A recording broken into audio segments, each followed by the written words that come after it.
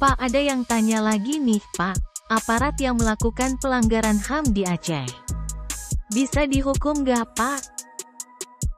Ya, tetap pelanggaran HAM itu harus diproses. Bagi saya, yang seperti ada pertanyaan dari rekan-rekan tadi yang di Aceh, jadi kalau melanggar HAM ya tetap harus diprosesnya. Jadi sebagai contoh lah, saya pernah mengikuti semacam kursus pembebasan sandera. Jadi negosiasi sandera di Amerika, di Dallas di sana, ya, New Mexico di sana. Jadi bagaimana kepolisian tadi biasanya kan dibantu dengan FBI ya. Kalau ada penyanderaan itu apa yang harus ditempuh? Jadi prinsipnya sudah lebih daripada HAM, yaitu bagaimana menyelamatkan semua manusia yang ada di sekitar situ. Ya, mungkin ada sandera yang tersandera, ada penyandera dan sebagainya. Jadi tidak boleh langsung main gerebek, main tembak, karena korban harus dieliminir. Ya, itu ada proses namanya negosiasi. Ya kan? Negosiasi itu ya sebetulnya sama dengan teori pengempungan yang dilakukan oleh polisi ya. Sebetulnya pada saat pendidikan dasar kepolisian itu, waktu itu saya juga ada namanya latihan-latihan pengepungan, ya kan? Di sana namanya pembebasan sandera itu harus ada negosiator. Nah, negosiator ini yang berhubungan langsung dengan penyandera, gitu. Jadi kalau sudah berhubungan dengan penyandera, dialah komandan tertinggi di lapangan.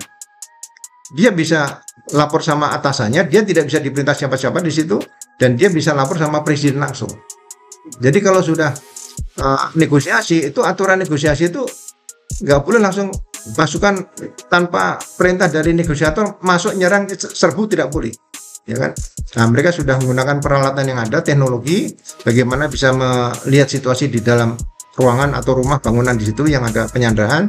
Nah, kemudian kalau sudah ada dugaan penyandera melukai korban, nah itu komandan insiden di situ, negosiator tadi, lapor kepada presiden langsung.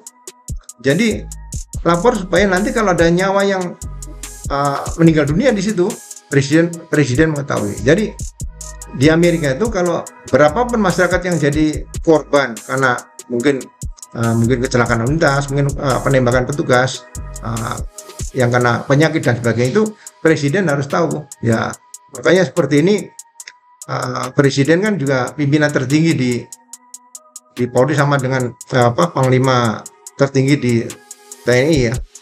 Jadi ke depan mudah-mudahan kalau ya presiden baru lah, kalau misalnya ada warga negara yang meninggal di Indonesia itu ya harus dilaporkan, jadi harus terdaftar.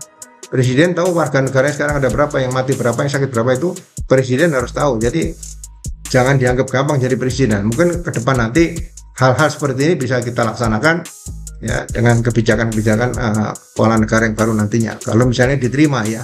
Jadi jangan main-main dengan nyawa lah. Kalau rakyatnya habis kan negara ini nggak ada rakyat, menjadi apa? Masa hanya